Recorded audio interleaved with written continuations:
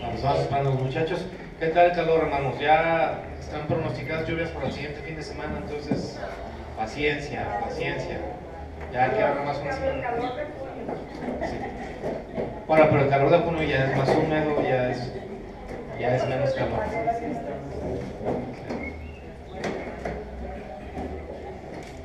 Bueno, vamos a hablar, hermanos.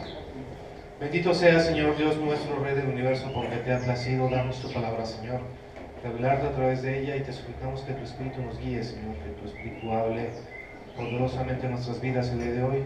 Te damos gracias, Señor, porque tú nos has llamado, Señor, nos has santificado, y finalmente, Señor, has hecho nacer una vida nueva en nosotros. Te damos gracias por tu amor. Te damos, Señor Jesucristo. Amén. Bueno, pues estamos ya casi al finalizar este ciclo. Estamos viendo la carta de Judas. Yo tenía en el grupo de jóvenes había un muchacho, no voy a decir su nombre para preservar su identidad, pero bueno, él alguna vez estuvimos estudiando Filemón. Entonces él se empezó a burlar de nosotros y nos decía: ay, ¿a poco sí Filemón?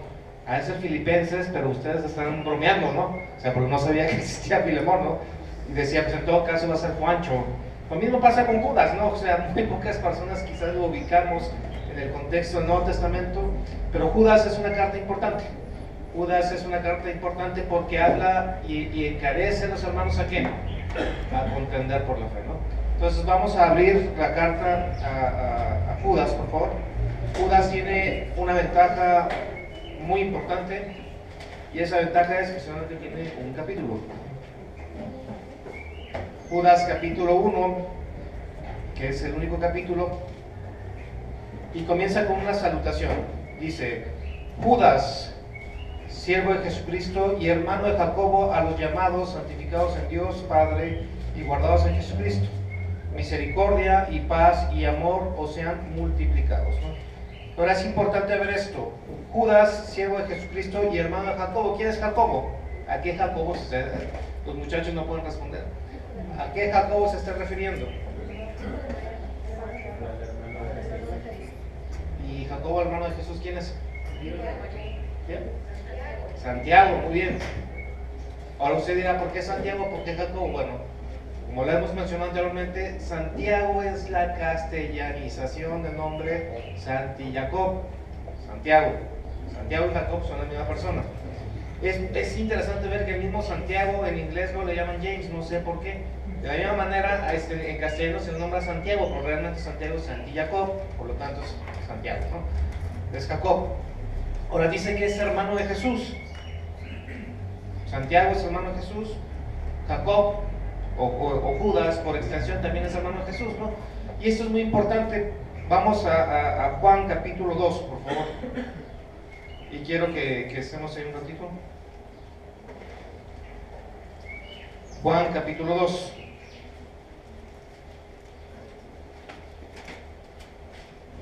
Versículo 23 al 25 dice: estando en Jerusalén en la fiesta de la Pascua, está hablando de Jesús, muchos creyeron en su nombre viendo las señales que hacía.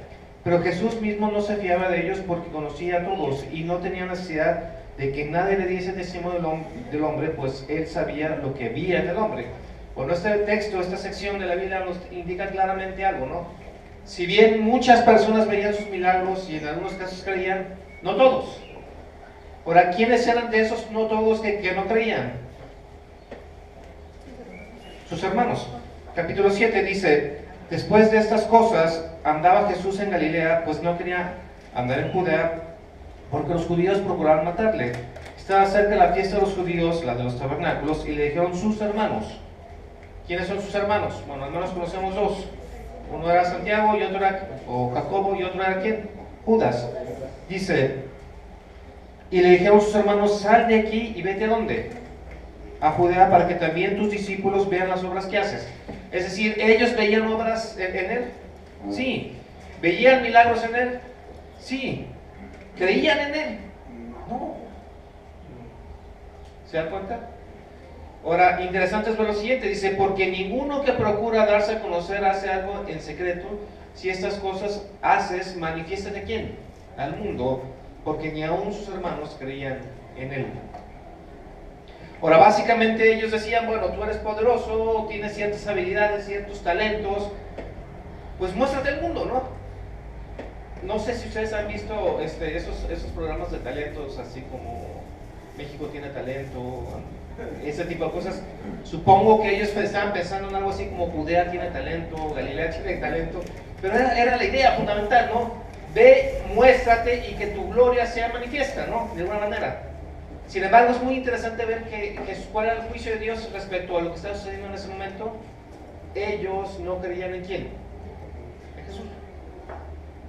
Regresando a Judas, dice, versículo 3, amados, por la gran solicitud que tenía de escribiros acerca de nuestra común salvación. ¿Qué cambió en Judas?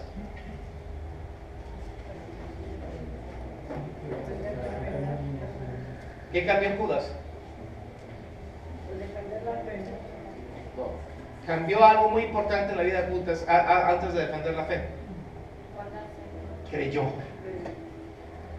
Es decir, de ser un incrédulo, de ver personalmente a Jesús y no creer, algo cambió en él. ¿Qué cambió? Creyó. Él ya habla de una común salvación. Él habla de fe. Él habla de que Jesús es su Señor. Estamos hablando de eso y dice, me ha sido necesario escribirlos exhortándonos que contengáis ardientemente por la fe que ha sido una vez dada a quienes, a los santos. Y él además está identificando como un llamado, como un santificado y como un guardado a quién, de Jesucristo. ¿Nota el cambio? Antes él era un incrédulo, algo pasó sobrenatural en él y ahora él es un creyente. Y no solamente es un creyente, es un creyente que está exhortando a otros creyentes a contender por la fe. ¿Sí? Ahora, ¿qué es contender por la fe? Es agarrar la Biblia, eso es lo que va pasando por la calle.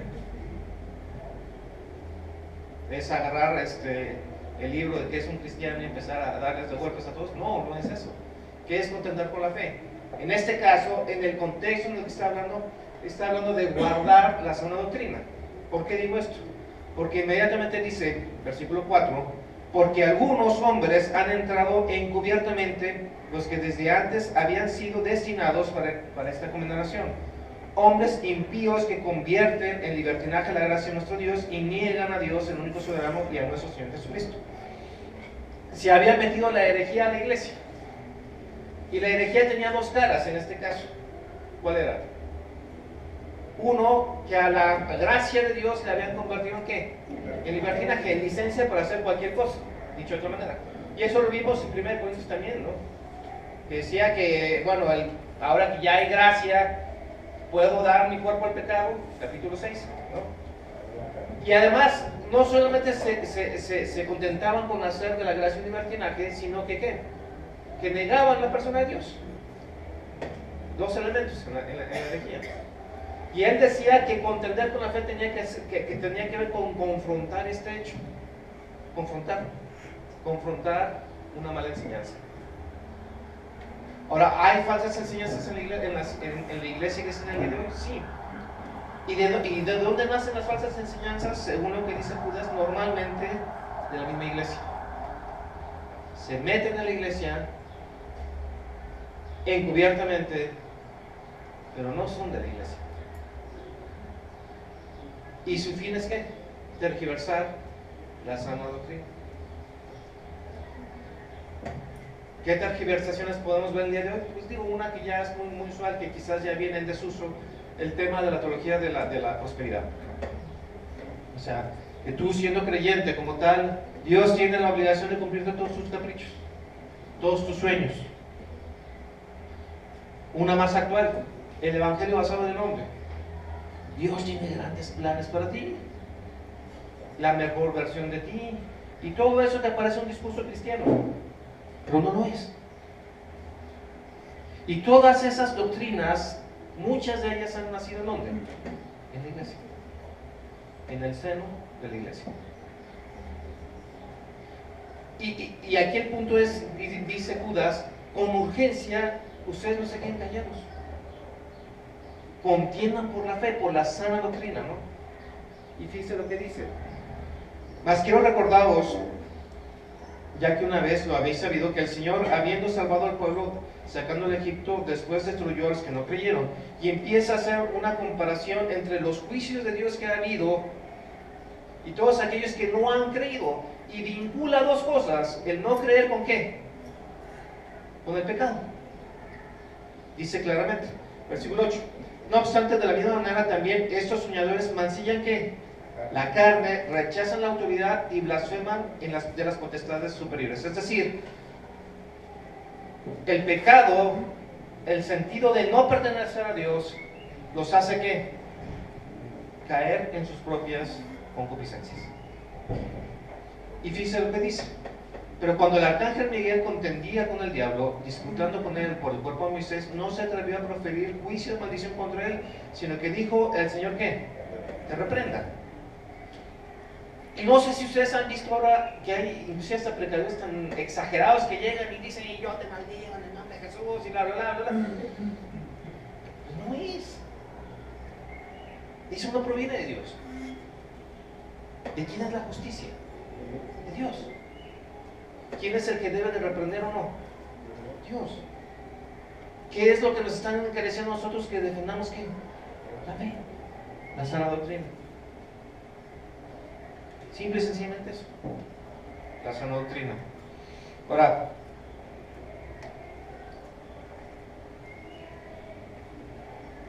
versículo 16: estos son murmuradores, querellosos, que andan según sus propios ¿qué? Deseos, cuya boca hablan cosas infladas, adulando a las personas para sacar provecho. Pero vosotros, amados, tened memoria de las palabras que antes fueron dichas por los apóstoles de nuestro Señor Jesucristo, los que os decían: en el postrer tiempo habrá burladores que andarán según sus malvados deseos. Estos son los que causan divisiones, los sensuales, los que no tienen a quién. O sea, lo que ellos enseñan no proviene de quién, del Espíritu Santo. ¿Proviene de quién? De sus sentidos, de sus deseos, de sus deleites, de la carne. Un conjunto de enseñanzas que tienen que ver con ¿qué? Con satisfacerse a quién, a sí mismo. ¿Se dan cuenta? Entonces, si no proviene del Espíritu, proviene de la carne. Y si proviene de la carne, tiene que ver con ¿qué? Con alimentar mis ¿qué? Mis deseos. Mis deseos. Y dice: pero vosotros, amados, edificaos sobre vuestra santísima fe, orando ¿en dónde? ¿Con quién? ¿En nombre de quién? Del Espíritu Santo. Conservaos en el amor de Dios, esperando la misericordia de nuestro Señor Jesucristo para vida eterna.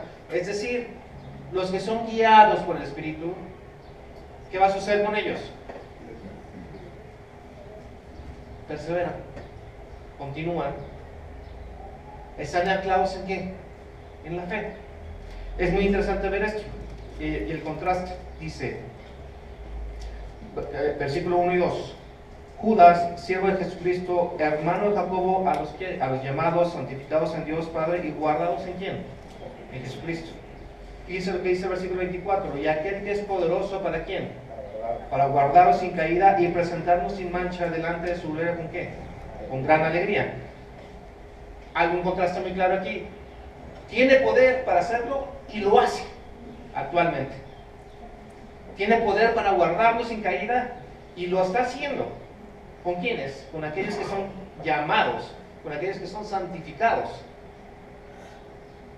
¿Se da cuenta? Los llamados, los santificados, los que han sido guardados por el Espíritu, ¿qué hacen? Perseveran, continúan.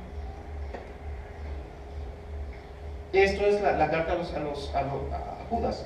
Es una carta que escribió hacia una región, es una carta universal, en donde se estaban dando estas cosas. Y es muy importante ver esto. Bueno, si de alguna forma hay que contender por la fe, bueno, entonces ¿cuál es la sana doctrina? ¿Qué es lo que debemos defender? Es una buena pregunta. Bueno, vamos a Juan capítulo, ponga ahí su dedo, vamos a regresar acá. Regresando a Juan capítulo 2, versículo 23 al 25, que lo acabamos de leer.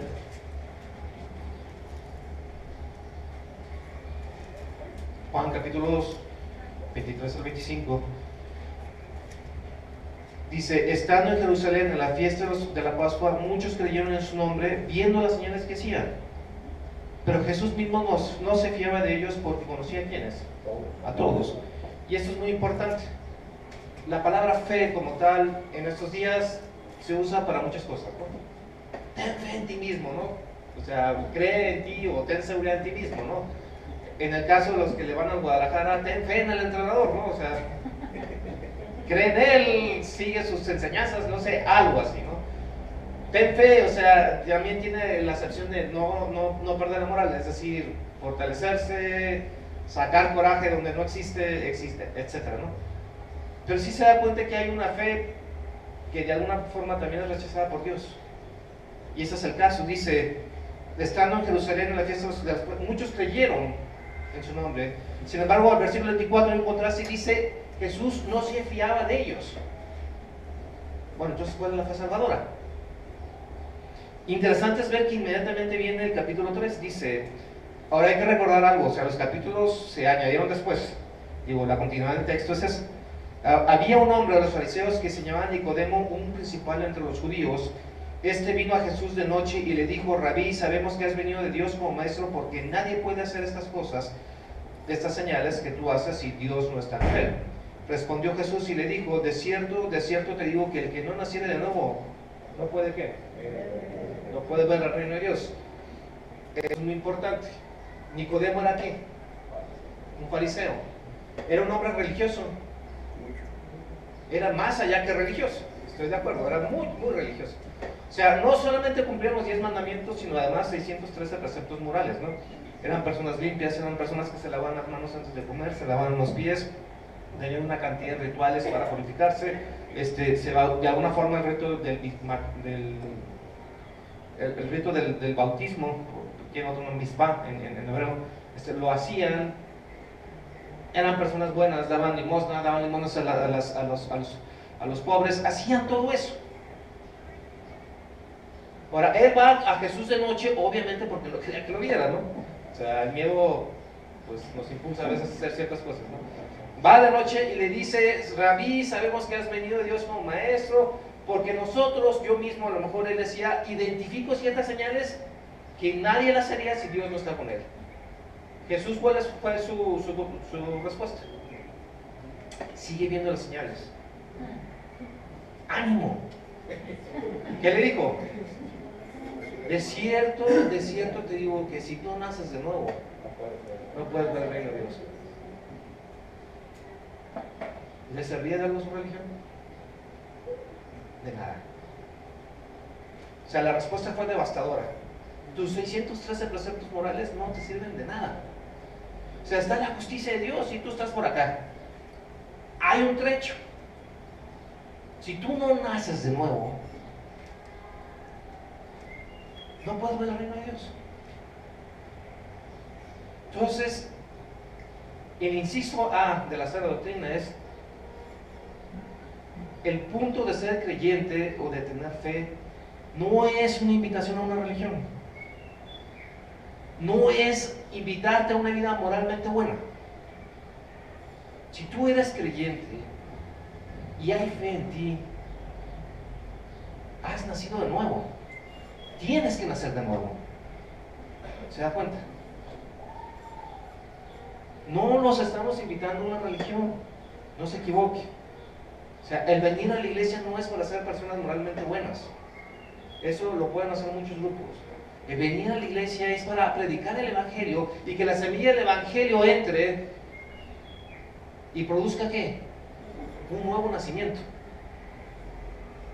Un nuevo nacimiento.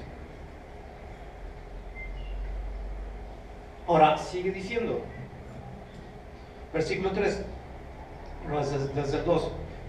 Sabemos que has venido de Dios como maestro, porque nadie puede hacer estas señales que tú haces si no está Dios en él. O sea, de alguna forma Nicodemo había sido testigo presencial ¿de qué? De los milagros de Jesús.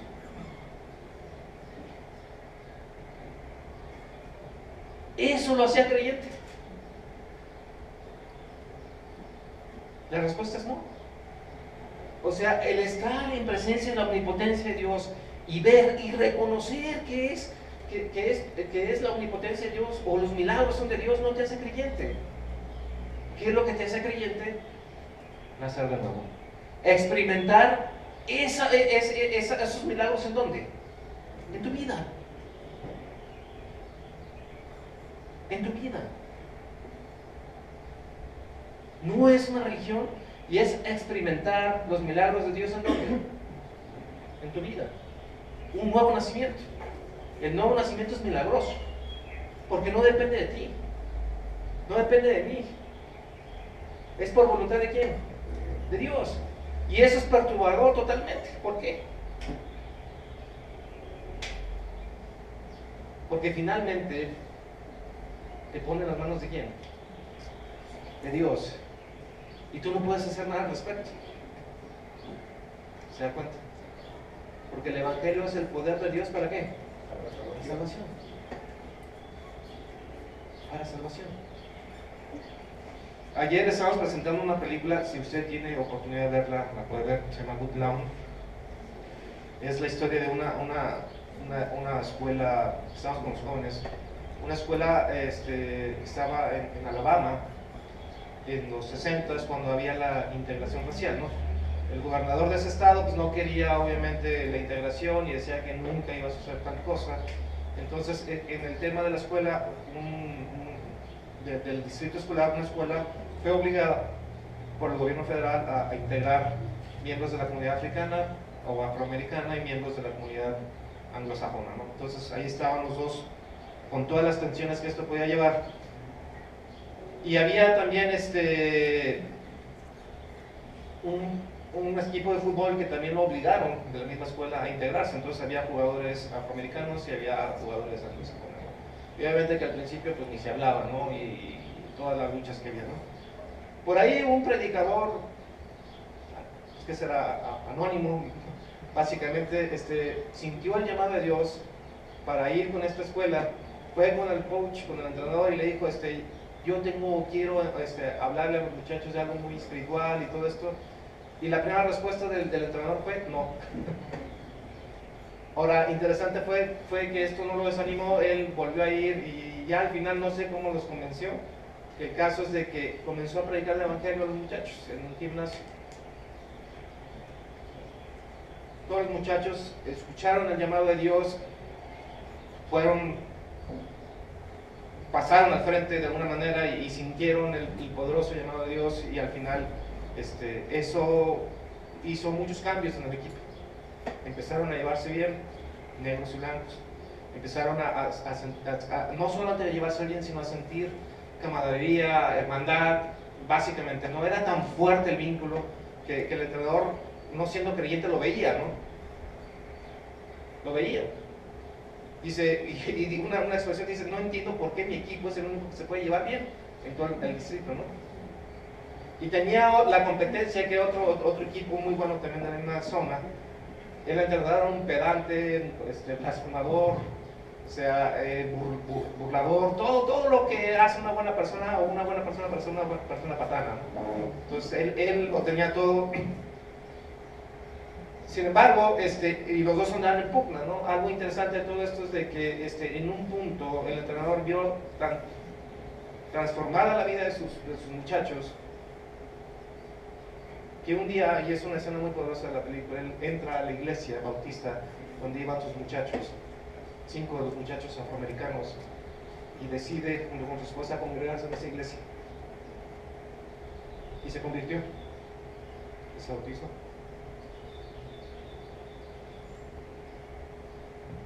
¿Qué quiero decir con todo esto?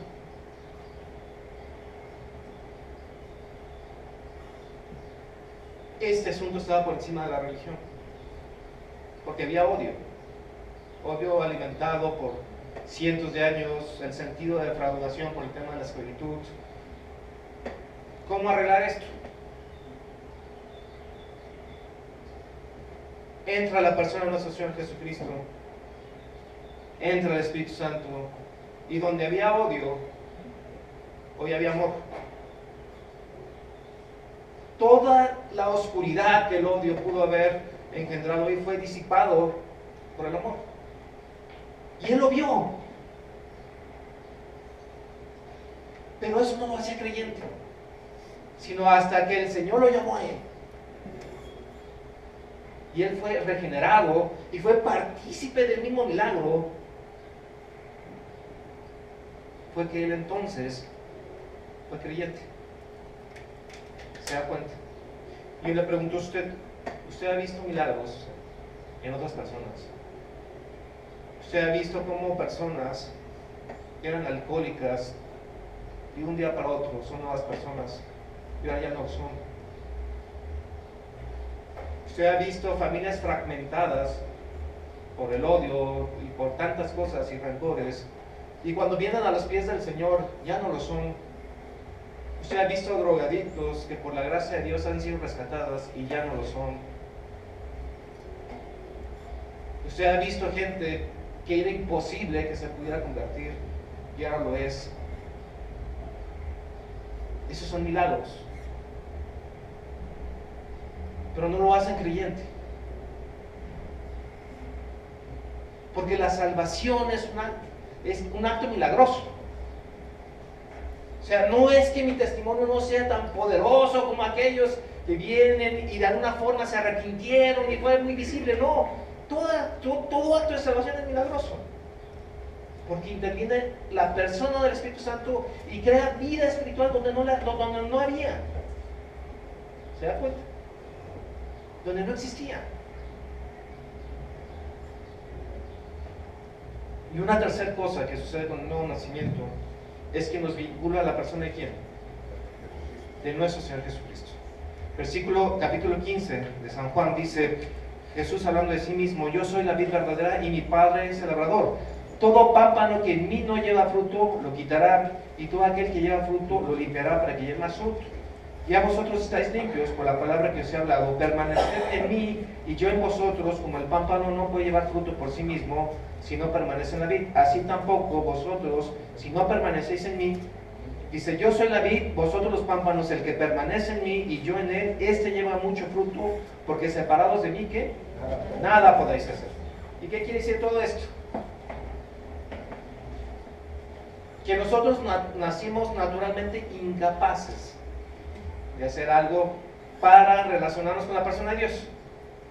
Dios ya lo hizo todo. Dios el Hijo se encarna, Dios el Hijo muere en la cruz, Dios el Hijo resucita por el poder del Espíritu Santo. Y toda la deuda que existía a cargo de nosotros fue trasladada a Él. Él ya la pagó.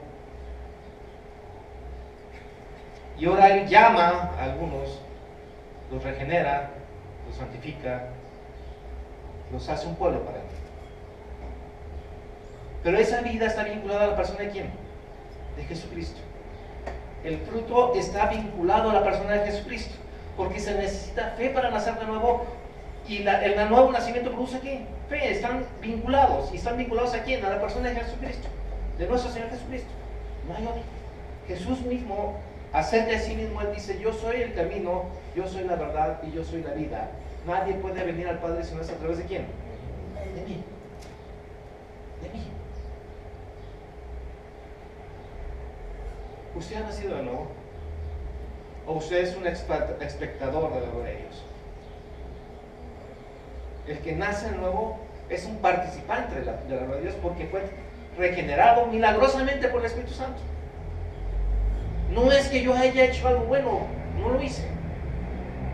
¿Cómo fue su jornada espiritual? ¿Usted recuerda cómo el Señor lo llamó y usted vino a los pies del Señor? Yo lo recuerdo. Yo tenía como 10 años más o menos. No, sí tenía 10 años. Octubre de 1980. Mis padres en abril o mayo más o menos comenzaron a ir a la iglesia. Y yo dije: pues yo, ¿por qué si estoy tan pobre? Toda una vida por delante. Sin embargo, el Señor hace las cosas de una forma que en octubre, estando yo solo en la casa, el Señor me convierte en un creyente. Ahora, interesante es ver que no hubo un terremoto en la casa y un haz de luz sobrevino sobre mí. pero sí hubo unos cambios muy palpables en mi vida. Primero, una sed por la persona de Dios. Leía y leía el Nuevo Testamento y no me cansaba de leerlo. Luego me metí en el Antiguo Testamento, algunas cosas no las entendía, pero bueno, al menos lo leía, intentaba leerlo. El sentido de predicar el Evangelio a mis compañeritos de la secundaria en ese momento, digo, de identificarme con la persona de nuestro Señor Jesucristo, el gozo, un gozo más allá de mi expectativa. Yo, por mi propia naturaleza, soy más bien callado y reservado, y no era así como que muy sociable, pero existía un gozo en mi vida, y de tal forma que en ese momento Jesucristo se convierte en mi único amigo. ¿Se da cuenta? Usted ha pasado por una oportunidad similar, no va a ser igual. Usted recuerda cómo el Señor lo llamó a usted. Usted recuerda cómo el Señor lo ha transformado. Usted ha nacido de nuevo. Porque esta es una cuestión crucial, pues. Dice que el que tiene el Hijo tiene ¿qué? La vida. Y el que no tiene el Hijo no tiene la vida. Y no estamos hablando de religión. Estamos hablando de una relación, de una vida completa, de una nueva vida en la persona de nuestro Señor Jesucristo. Usted tiene esa nueva vida, la tiene, porque si no la tiene, claramente, y según lo que dice Judas, regresándonos, esas personas, ¿cuál es su destino? La condenación. La condenación. Ahora, ¿por qué predicamos acerca de esto? Por lo siguiente. El Evangelio es lo que acabamos de escuchar, de alguna forma, la buena noticia de que el Señor hizo todo lo necesario para que nosotros fuéramos salvos y además nos llama y nos santifica.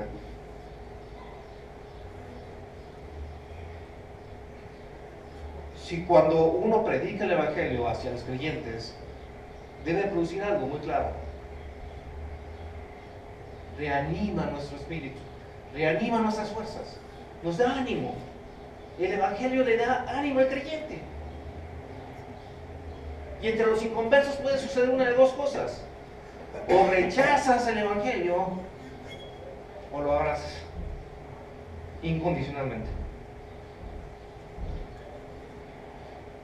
Porque para el que se pierde el Evangelio es ¿qué? Es locura. Pero entre los que se salvan es poder de Dios. Entonces el Señor nos ha mandado encarecidamente que nosotros prediquemos ¿qué? El Evangelio. Y esa es la sana doctrina.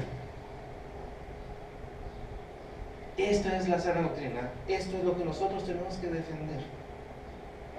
Si alguien viene y le quiere agregar algo al Evangelio, no es de Dios.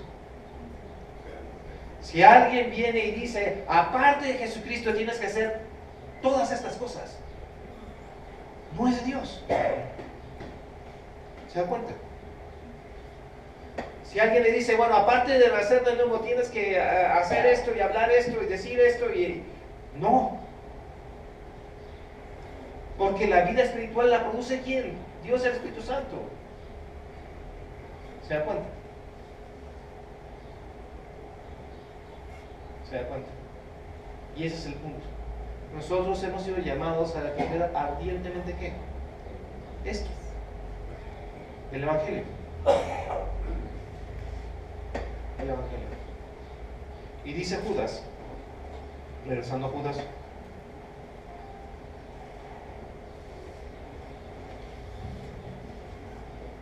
pero vosotros, versículo 20, amados, edificados sobre vuestra santísima fe, orando ¿cómo? En el Espíritu Santo.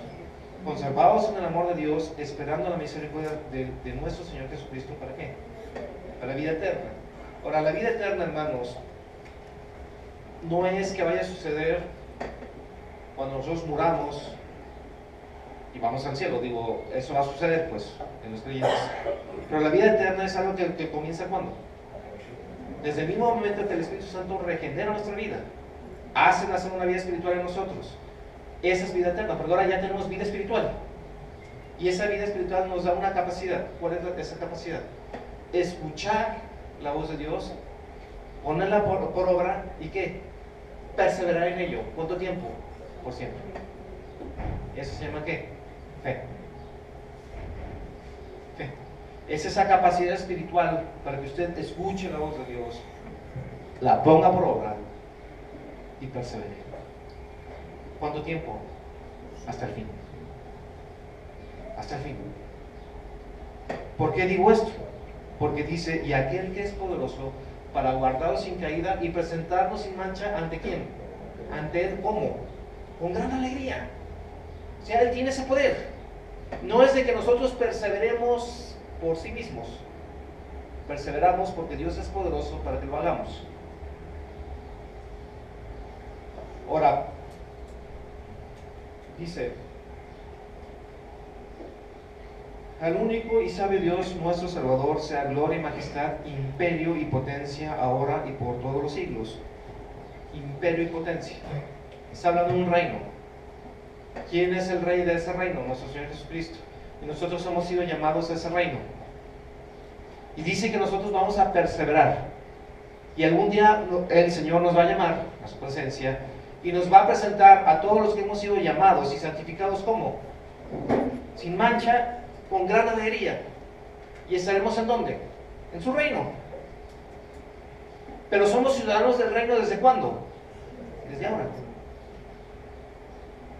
Y ese es el concepto de ser peregrinos extranjeros. O sea, no se acomode mucho en su silla. Aunque el Guadalajara haya sido campeón, no quiere decir que sea la razón de nuestra vida. Que quede claro. Sino que nuestra ciudadanía está en dónde? En los cielos. Y somos extranjeros en esta tierra. No es que no seamos mexicanos, venezolanos, americanos y tantas nacionalidades que luego hay en la iglesia. Ha habido ecuatorianos, creo que una vez hasta un australiano, costarricenses, argentinos. El punto no es que seamos eso. El punto es que nosotros somos ciudadanos ¿de dónde? Del reino. Del reino de Dios. Y lo que nosotros queremos está por encima de eso, de las nacionalidades. ¿Se da cuenta? ¿Cierto? Terminando el tema de la película que vimos ayer. Si tiene oportunidad de verla. Al final de la película, el que era entrenador del equipo de fútbol, pues fue despedido. Fue despedido y suspendido del circuito escolar porque él decía que todo lo que había sucedido en la escuela, si bien era una experiencia espiritual, pues digo, nunca fue propuesta por mí. Brotó y sucedió. Y lo que sucedía es que cuando antes de entrar al campo, los muchachos siempre oraban. Lo acusaron de eso. Y como debía haber una separación entre iglesia y Estado y la escuela pública, pues los pidió. Él en ese momento estaba contándole su historia a otra persona que ya trabajaba en los seguros. Y le decía, fue un milagro. Y yo lo vi. Hermanos, ustedes están en medio de un milagro. Y ustedes lo han visto. No desistan. Perseveren. Sabiendo que Dios es poderoso para hacerlos perseverar. No desistan. Vamos. Señor, te damos tantas gracias por este día. Te suplicamos por los hermanos que tú los bendigas, que tú los hagas perseverar. Te suplicamos, Señor, que guardemos, Señor, la sana doctrina. Y te damos gracias, Señor, porque hemos visto tu gloria, Señor. Hemos visto tu gloria en nuestras vidas. Y ahora, Señor, te suplicamos que nos des el coraje, Señor, y la valentía de predicar tu evangelio, Señor, a toda criatura, según tú lo has mandado. No por el amor hacia los números, hacia las estadísticas o hacia una iglesia grande, sino por un amor reverente hacia tu persona. Te damos gracias por tu amor, en el Señor Jesús.